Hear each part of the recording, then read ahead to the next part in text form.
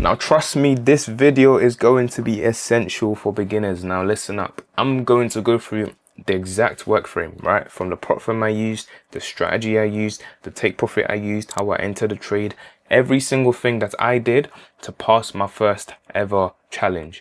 Now this was technically a while back, but this will allow you to understand my mindset back in those days on exactly how I was able to do it to pass and get a payout, as well as what I have now added recently to ensure that this is able to continue. You know, I continue passing challenges, continue getting payouts, etc.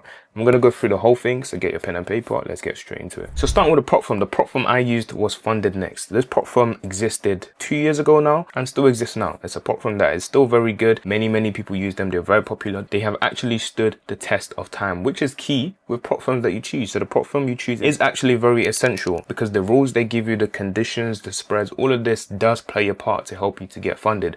If the spreads isn't that good, trust me, you'll have a more difficult time, because when you enter a trade, you're going to be in drawdown and it's just going to make your experience a lot harder. So you'll find that it's this tiny little things that sometimes makes you actually lose accounts and you just can't get funded. So I use Funded Next. They have 1 to 100 leverage, which is essential. This is very important with any prop firm that you do go with. You want to make sure you have 1 to 100 leverage. What is leverage? Leverage allows you to use money that you don't exactly have. So if you had a 10k account or 100k account, you're able to technically use big lot size and trade like you have, let's say, like a 1 mil account, for example, right? You just times it by 100. So a 10k times that by 100, and that's basically the account that you're technically working with on paper. So the key thing, just to simplify it, you want to have a 1 to 100 leverage at least. Otherwise you'll find that maybe some trade you're trying to take, depends on the lot size you use, it doesn't allow you to use it, and this can be frustrating. But with 1 to 100, I find that no matter what time frame, you know, if you're on the 3 minute, 5 minute, 15, those time frames, most trades should be fine. Literally, you'll have no issues. Under 1 minute, sometimes you might have issues with just particular trades, but 1 to 100 ticks most of the boxes. Now the next thing you need for the prop firm is you want to make sure they have balanced based drawdown. This is even more essential because it just means your drawdown stays the same. Every time you lose money, you know it's all the same. When you make money, it's all the same. So if you're up 5%, it means you have to lose 15 trades if you're risking 1% to blow that account. This is essential. If you're using equity based and stuff, the numbers changes and stuff, it just gives you more of a headache. You have more things to worry about. So you want to make sure that you are using balance based drawdown. It's just perfect. It's the best one. And then you want to look into their rules and regulations. Every prop firm has their fine prints that they don't really put out there. It's not just in your face. They have the tiny little details. You want to make sure that you know these stuff. Otherwise, sometimes you will pass phase 1, you pass phase 2, and then they tell you, unfortunately, you can't get funded because of X, Y, and Z. It is an issue. It is annoying. So these are things you want to know. For example, Funded Next back in the day, they didn't actually have this, but they do now, and it is low-key annoying. They have a rule where you can't actually use trade copiers. So trade copiers basically allows you to trade on one prop firm or one account, and you just copy to, you know, Funded Next being like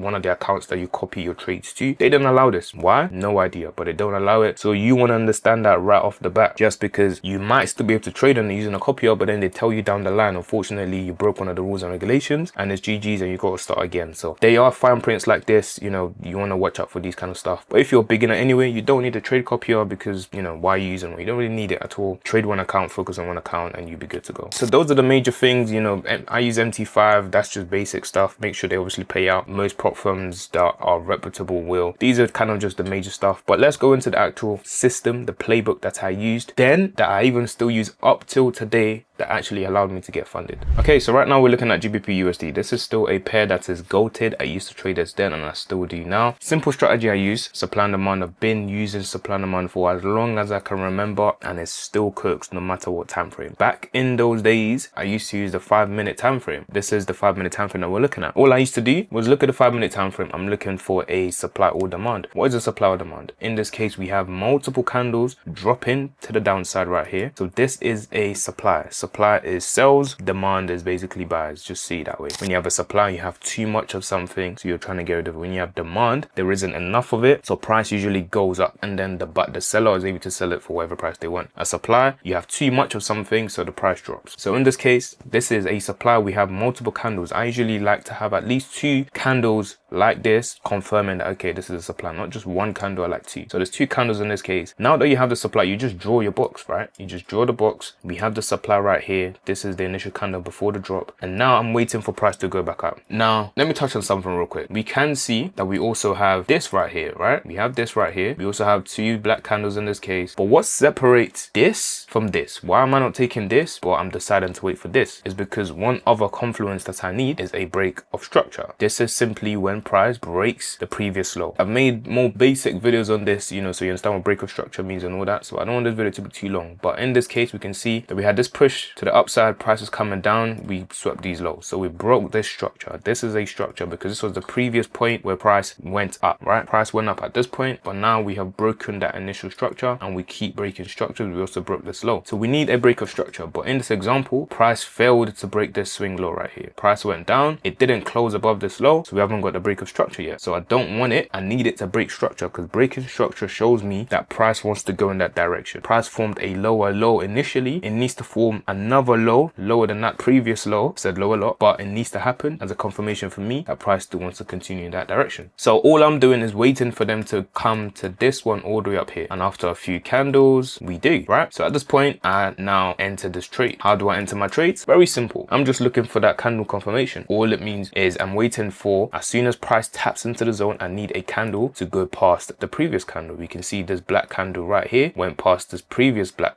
blue candle, and now I'm in. My stop loss used to be, you know, right above the wick right here. The higher the time frame you go, the more I would say you can do that. It's fine. If you're on a small time frame, sometimes you do need to be your stop loss, you know, outside the zone like this, because price might play around a little too much. But when you're on the 5 minute, this is what I used to do. Put it right below there, and believe it or not, I used to take 1-to-1. A lot of people shy away from 1-to-1. They believe it's highly impossible to be profitable, but I passed and got funded by solely taking these 1-on-ones, bro. Consistent. Because if you take the 1-on-ones and you stack it up, the wins just compound. And if you're able to grab these wins often, it's still fine. But if you're taking a 1-to-16, you'll get that 1-to-16 once every like 20 trades. But when you do win though, you get what I'm saying? You win 16R, so you're still good. So you get the idea. It's like, cool, everyone, you know, pick your weapon kind of thing. This is mine. I used to do 1-on-ones. Now though, I do prefer to do 1-to-2s now. Simply because it's easy on your psychology. The main key thing is when you go on drawdowns, taking 1-to-1s, you might be down like 4R. In your head, you start to worry about, I need to win 4 trades back to back just to go back to break even. So it does put a toll. You tend to sometimes now revenge trade, or you feel like, you know what, on this trade, let me risk 2% instead so I can quickly get back. And then you fall into that trap where you lose even more. Now you're down 6% and it just gets worse and worse. So if you can't really handle that 1-on-1, I would say just go for the 1-or-2. So at least you know I've lost 2 trades. If I win my next one, I'm back 2R, right? All it takes is 1 trade. So you can literally be down 4R and you just think to yourself, I just need to win 2 trades and I'm back up. It's just easier on the mind, on your head, so you don't have to stretch too much and make even more mistakes when you're in drawdown. But in this case, we enter this trade like this and we just let it do its thing. Boom, boom, boom, boom, boom. Slaps that 2R. Very, very nice price action. That is it. This was all I used to do. Very, very simple. Day in, day out. After this video, go back into the channel. You'll see me doing a challenge back in the day as well. I was doing a challenge, a 50k challenge I think it was, and I was doing the same thing.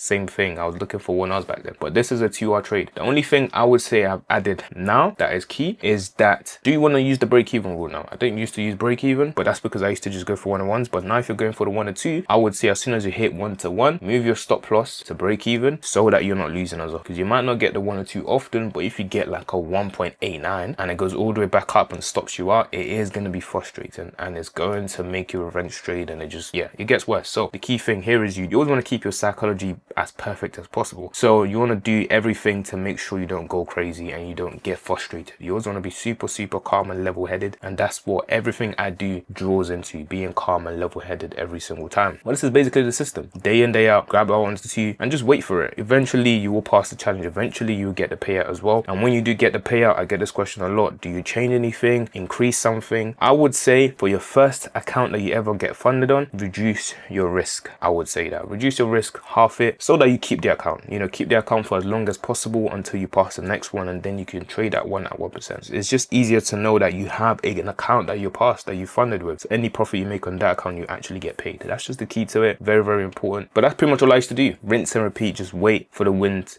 to come. Now, if you do want to check out Funnel Next as well, I will leave a link in the description below. You can actually get 120% on top of your refund. You know, when you do pass, you get a full refund, so you get your money back that you spent, but you get an extra 20% on top. I'll leave a link in the description below. Hope you enjoyed the video, and I'll see you guys in the next video. Peace.